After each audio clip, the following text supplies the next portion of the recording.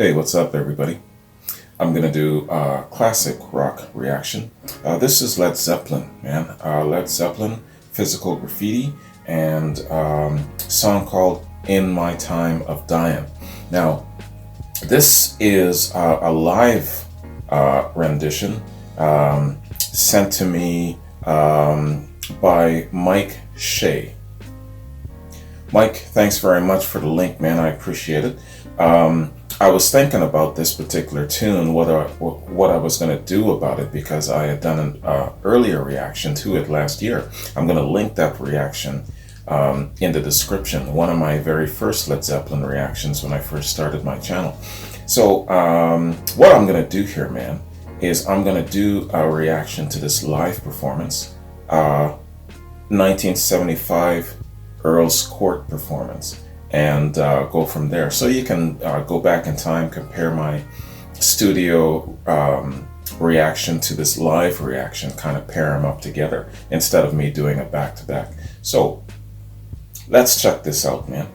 In My Time of Dying, Led Zeppelin live. In My Time of Dying. Let's get it. Guitar. It's called In My Time of Dying.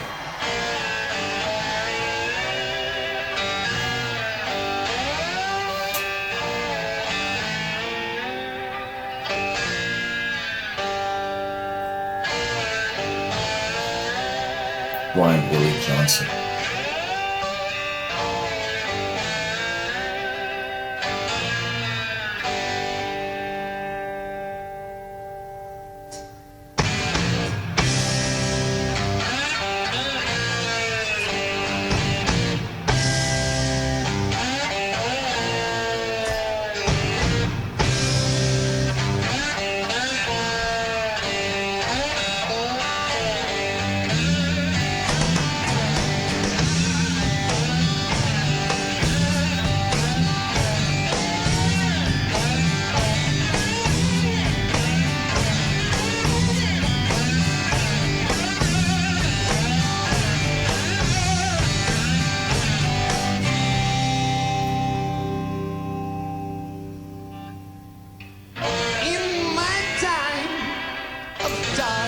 I've never seen it perform.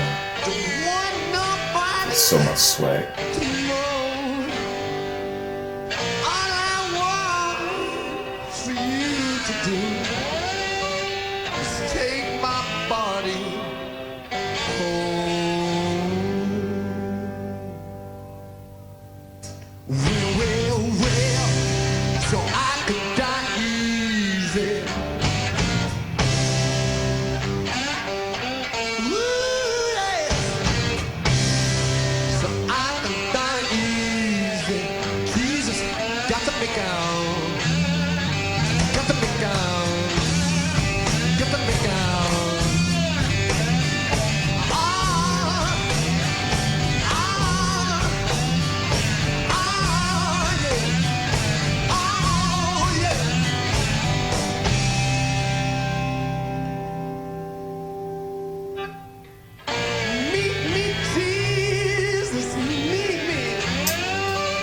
The spirit of his delivery.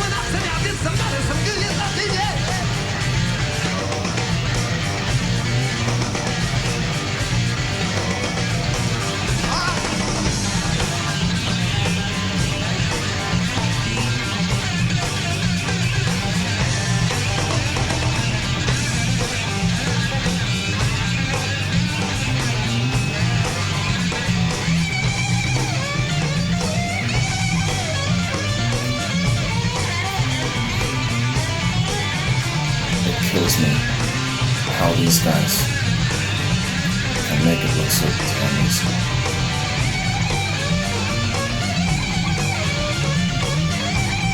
Look at this guy.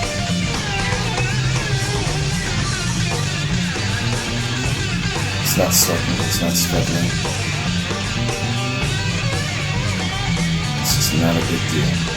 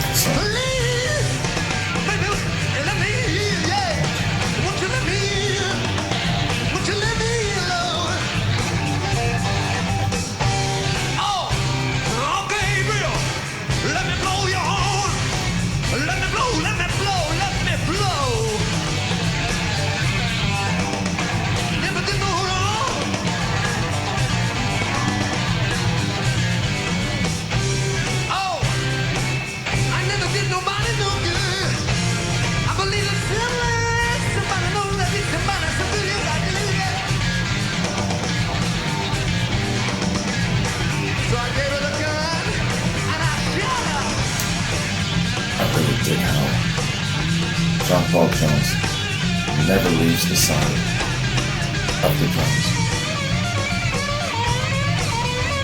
He's just feeling all of that fun.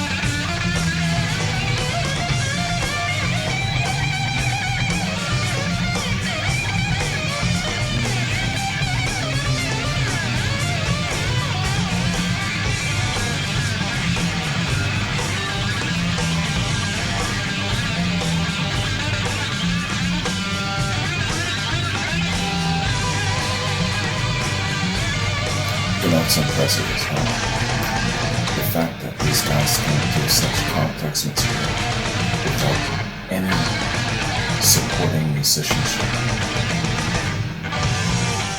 It's just a full fucking mess. Yes, I do. And I feel the music. And I see it everywhere. And I know it's got to be real. Please help me, baby. Oh, follow the road I turn. I want you people to realize I only wanted to have some fun. You remember fun? That's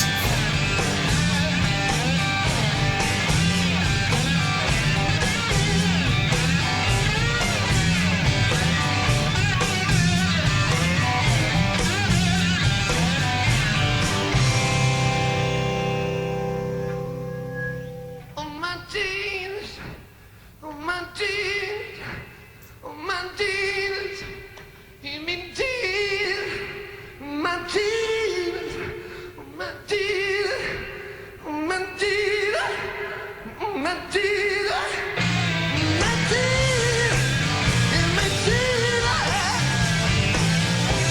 jeans. Oh, I wonder do you ever listen to when I say great time.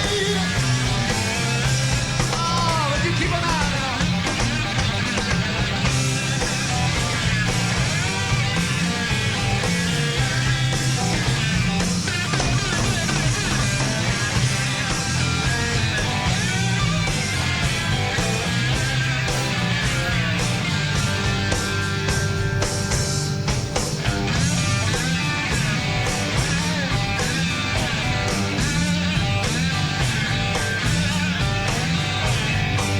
Wait a minute.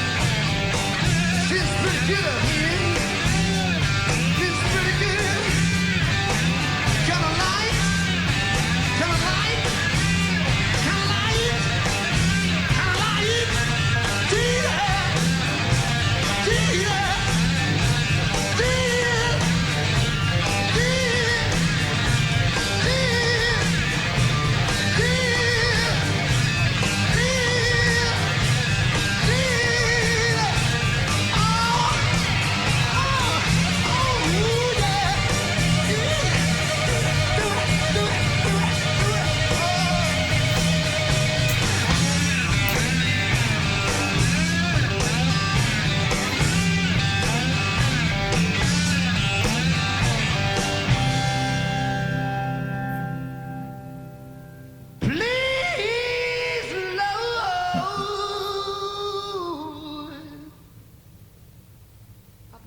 Sunday, so I'm saying it again.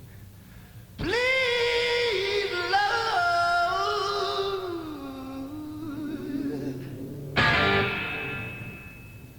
you know you suit me, babe.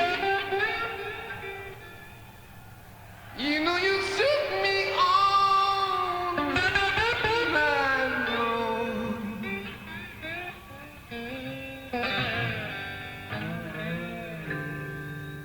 Please keep shaking it for me, baby. Till my back ain't got no. Till my back ain't got no. Till my back ain't got no.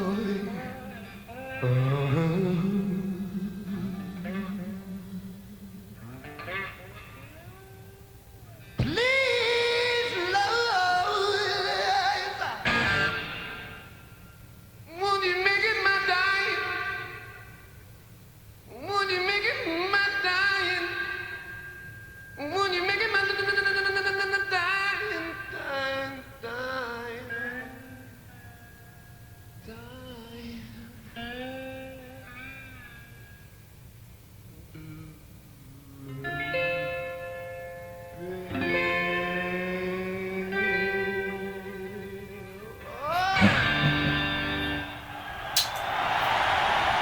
They're just following each other. So masterful that they can go off script and just improvise right on the fly and just vibe off of each other.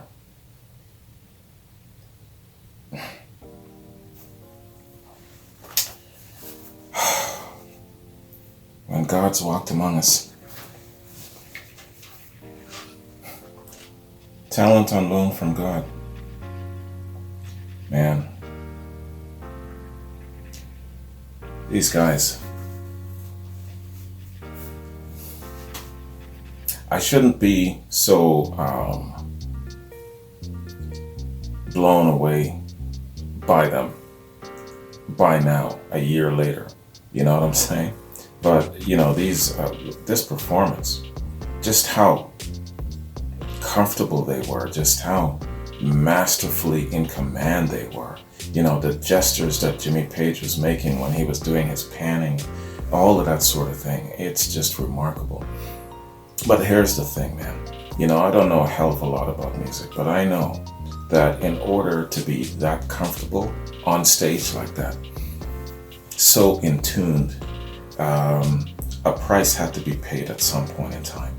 Yeah, you know, I heard about the whole selling your soul and all that sort of thing, and the crossroads, and yeah, I understand the Robert Johnson reference and all, but a price had to be paid, and to be that masterful and that damn good, I believe Robert Plant paid that price when he was listening to all those old gospel and blues and all of those tunes, how he formulated his singing style. Just going off in that little tangent at the end there, he got inspired from previous blues and folks and gospel singers from way back in the day. Jimmy Page paid the price with all of his session musician work, same with John Paul Jones, and then of course John Bonham, since he was, I can't remember how old he was, I think he was 13 or something like that when he first started. And they recruited him out of a jazz club. But you know what? A price had to be paid to be that damn good so many years later. And, you know, their command of the old gospel and the old blues is astounding to me. When I played some of these tracks for my pops, especially the Lemon song, he said, "Yo, boy, these kids lifted all of these songs to make up this one song." He caught that right away. Like, yeah, the song wasn't even over halfway through, and the bells and the lights were going off in his head when he was talking about it, and his eyes were all beaming out. Yeah, man. So when these guys, or when I listened and I heard this song for the first time, I was blown away because it took me back to my childhood immediately. And this song had great significance, putting me on the Led Zeppelin journey. Let me take you back a little bit. When I started my channel, I was just all 100% focused on anti-war and political songs, social songs, songs that had a message. And I might have been just a bit too focused with it, a little bit too deep with it. And my friends realized after a while of watching me that this wasn't just some nice little sidelining hobby type of thing. And I said to them that, I'll upload one, maybe 2 songs a week type of thing. And they're like, okay, dude, you're uploading like, 5, 6, sometimes daily. And you're really getting deep into this anti-war stuff. And yeah, being in the military and all of that sort of thing, it was kind of reconnecting things. And but I think I bit off too much. I think I went too far with it. And it kind of reopened some wounds and stuff like that.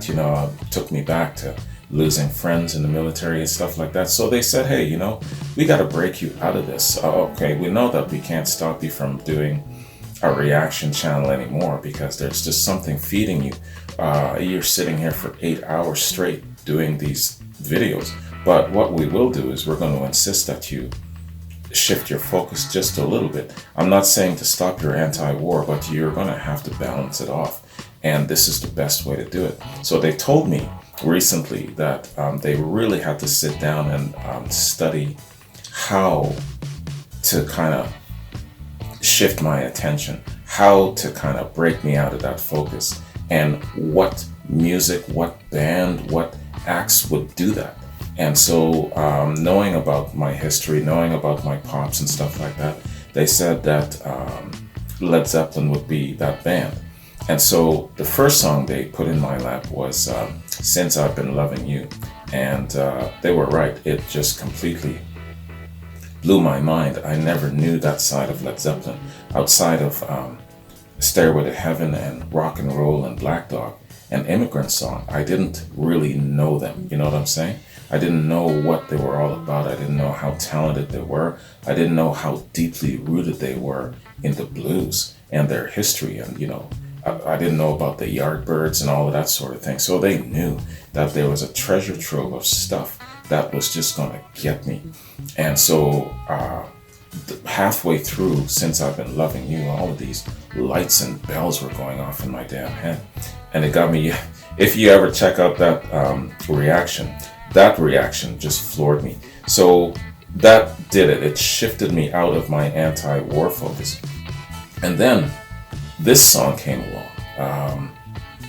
This song had significance for me in regards to deciding to go a little bit further down the Zeppelin rabbit hole, because they were demonstrating to me that if they were capable of covering old blues and gospel tunes like this so masterfully and so well, what else am I missing out on? Because up until that point, I hadn't heard Since I've Been Loving You covered by Zeppelin. I hadn't heard When the Levee Breaks. I hadn't heard In My Time of Dying and the Lemon Song. And so by the time I got to Achilles' Last Stand, oh my God, it blew my mind, more so because I hadn't heard these tunes. Why haven't I heard these tunes? And more specifically, what else am I missing out on? And so once I started to get an idea from a lot of you that, okay, listen, man, this is just the beginning. I'm telling you, you haven't really even explored the whole aspect of them covering the blues and this and this and this.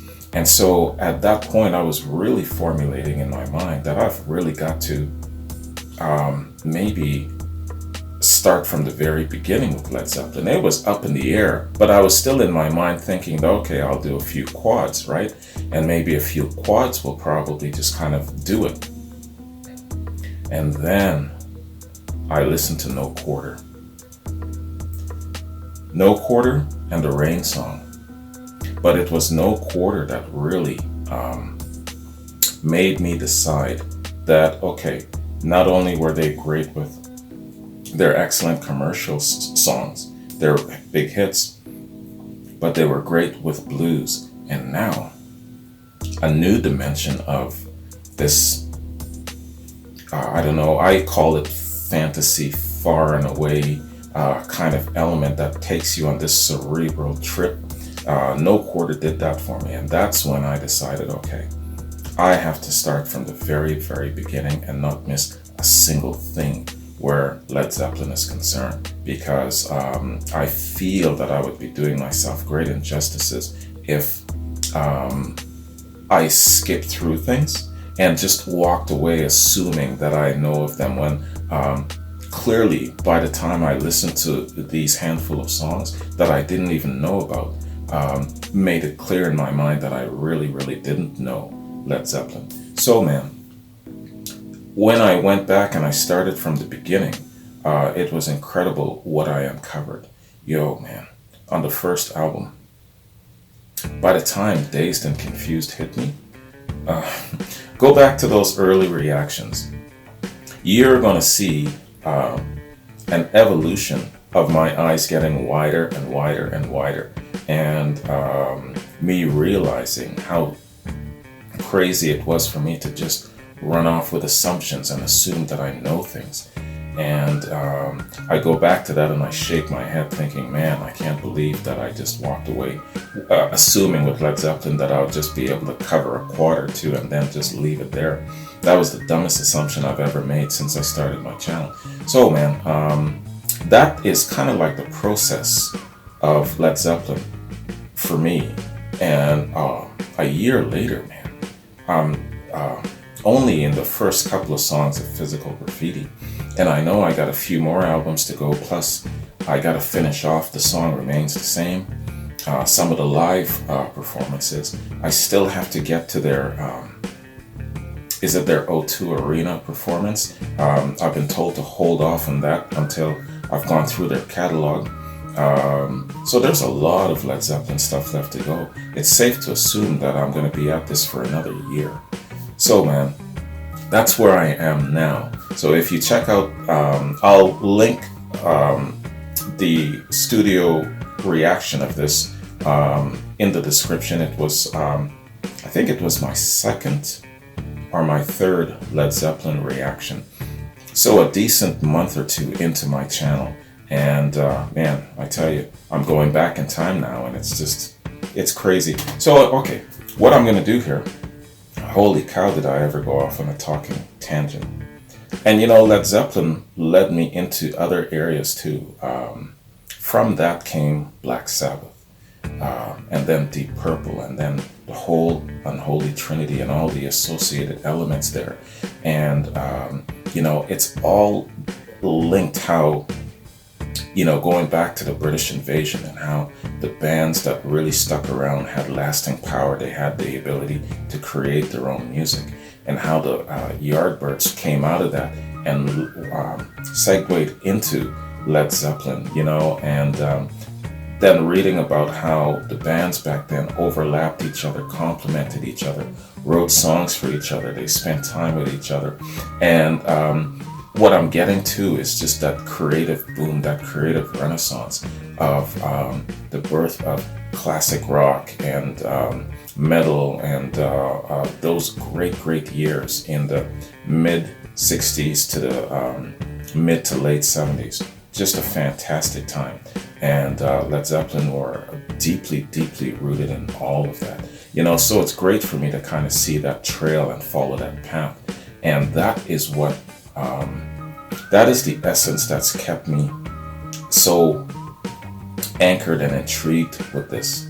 And along the way, my friends are watching this and they're trying to figure out what has this guy so jacked that he could sit there for 8 hours a day doing the, I don't do that as much anymore, you know, but when it was the beginning, I could sit here for 8 hours between shooting, editing, posting, all of that stuff. It was a learning curve process. Now it's scalped down, but yeah, man, the essence of that creative element of classic rock is what I was really looking at, chasing after, what made these great bands so good, you know. So that was kind of like a quest. That's my quest, investigating why classic rock was so good, why they were so good, what inspired them, what got them inspired to create the way they do, and you know, comparing back then to now and all of these things. So there was just so much fuel for me to run on, you know. So that's explaining the method to my madness of why this got under my skin so deeply, and why I was so intrigued with doing these reactions. It's going through the process of discovery.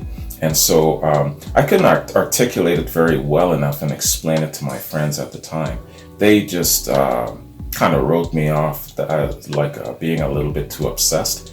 But it was just, I was just on a quest of discovery. And when I got to know, I just got to know. So, all right, man.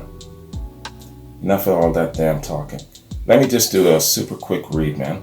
I'm going to skip the intro of the band, and I'm just going to go into a little background of the song here.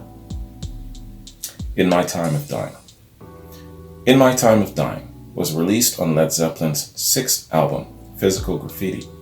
At 11 minutes and 6 seconds, it's the longest studio track by the group, but contains no long instrumental passages despite its extended timing. The song is borrowed from an old blues tune known as Jesus Make Up My Dying Bed, which was performed by Blind Willie Johnson in the 1920s. Bob Dylan recorded an adaptation of the song on his first album, which Led Zeppelin used as the basis for their version of In My Time of Dying. The ending was not written when the band started recording the song. They jammed on it and improvised an ending. You can hear drummer John Bonham say at the end, "That's gotta be the one." Excellent.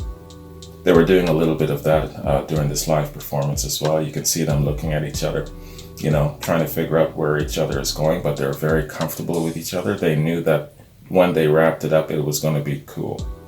That's confidence, man. For the recording, Jimmy Page uses an open A chord tuning, and John Paul Jones plays a fretless bass. John Bonham's drums were recorded with a distinct reverb effect in the same manner as on the track When the Levee Breaks from Led Zeppelin's 4th album. Record producer Rick Rubin had remarked on the song's structure, quote, "The bass line in the fast grooves is so interesting and unexpected. It keeps shifting gears over and over." Yeah, man, that was excellent. That was fantastic bass work. In popular culture, In My Time of Dying, performed by Page and the Black Crowes, is on the album Live at the Greek. Page also included the song as part of his solo Outrider tour. In My Time of Dying was performed at Led Zeppelin's reunion show at the O2 Arena in London on December the 10th, 2007. Yeah, man. So we're going like after 50 years. How do these guys sound, by the way, after 50 years? Jimmy Page, The Edge, and Jack White played this song's main riff together in the music film documentary It Might Get Loud. And I saw a little clip of that. That was excellent. All right, man. So that is Wikipedia song fact info of In My Time of Dying. And that is my long-ass story of how I got into Led Zeppelin. And thanks in large part to this song. The combination of just not the mastery of how they did it, but taking me back to old roots, and just going through the discovery process, and then the anticipation of wanting to see how my dad would react. Because if I recognized some of these old passages, surely he would have. So it was a really, really cool thing to be able to share this stuff with him and look at his reaction. I wish I could share that with you guys, but he's like, no, I'm not into cameras and none of that nonsense. But he said that, yeah, man, yeah, tell your people. He calls you my people. Tell your people that this shit is on. That means that he really likes it. So, yeah, man, yeah, fantastic. So this song really means a lot to me in the sense of where I was and my Led Zeppelin journey, and it was definitely one of those elements that spurred me to do a chronology. And yeah, very very happy that I decided to do that. So I know that some of you get impatient with me, like, yo man, do the whole damn album reaction, but I can't do it that way, man. I gotta do one song at a time, because every single song has a story. Now, okay, I can't do a one song chronology with every single group, so after I'm finished with Led Zeppelin, maybe I'll do a one song chronology with another supergroup like The Doors, something like that, or Queen. But it's got to be one supergroup at a time, where I'm giving this treatment of song by song chronology. And then with other groups, it's jumping around in spots, like with Rush, and doing like album by album, like with Zeppelin and Deep Purple. Or sorry, Black Sabbath and Deep Purple. So, but with Zeppelin, I only have room to do a song by song chronology of one group. Timing and stuff like that in my life. Still got a job, still got a life. So there's just not enough time. I don't know, maybe down the road, if I ever do this on a full-time basis, I will definitely have time to do more of a chronology of other supergroups. But for right now, I don't have that kind of leverage of time. But anyway, man, hey, I really, really dig this performance. This was fantastic, man. And it just goes to show just how masterful they were. Whether they're in the studio, whether they're on the stage, it's just an incredible, commanding performance air about them. And they just nailed this performance. With Led Zeppelin, I know that it's sometimes it's a hit or miss in regards to how they sound from one day to another. But in this particular case, this was flawless, man. You couldn't have done better if you tried, given what they do, like what I'm talking about. I mentioned that they don't even have any accompanying musicianship, guest musicians backing them up. It's just the four of them, nothing fancy, no extras. It's just the four of them, and they're still creating and replicating and complementing that studio sound very, very well. Now, I imagine that other live performances of this same song might not be as good as this one, but this one,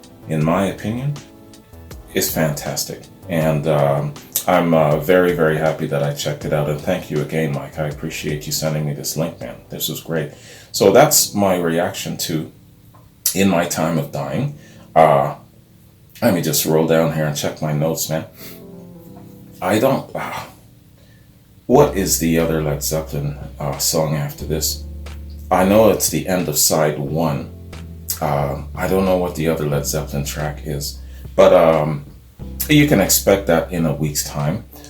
In the next couple of days, I'm going to be really cranking out a lot of the Van Halen reactions. Van Halen's the artist of the month, but I've really been delayed with my timing. At the very onset of the month, I got that dumbass copyright strike. It went into appeal, but I hadn't heard a single thing back from them. Not a single word. Nobody contacted me after that. Nothing. So it prevented me from doing any uploads for a whole week.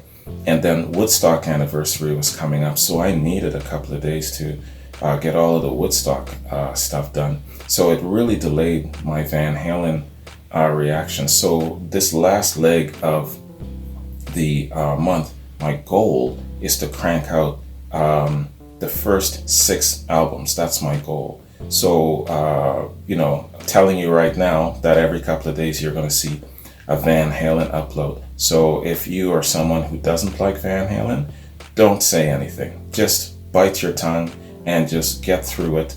And from there, we will probably get into something that you do like, but don't feel obligated that you're going to have to say something anyway. Just don't say anything, right? I'm going to do my Van Halen reactions for the people that do like Van Halen. The people that don't like Van Halen, just don't say anything, because what I'll probably end up doing is just erasing your damn comment. All right? So just so you know, because I know that there's going to be a bunch of you like that. So what else do I have? Yeah, and I'm going to do a tribute reaction. It's coming up on the 20th, so look for that. It's going to be a quad.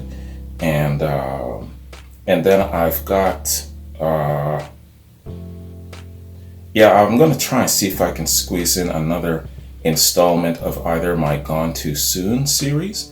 Duane Allman was last, Janice was before him, and I know that Randy Rhoads is coming up and Tommy Bolin is also in the shoot for that.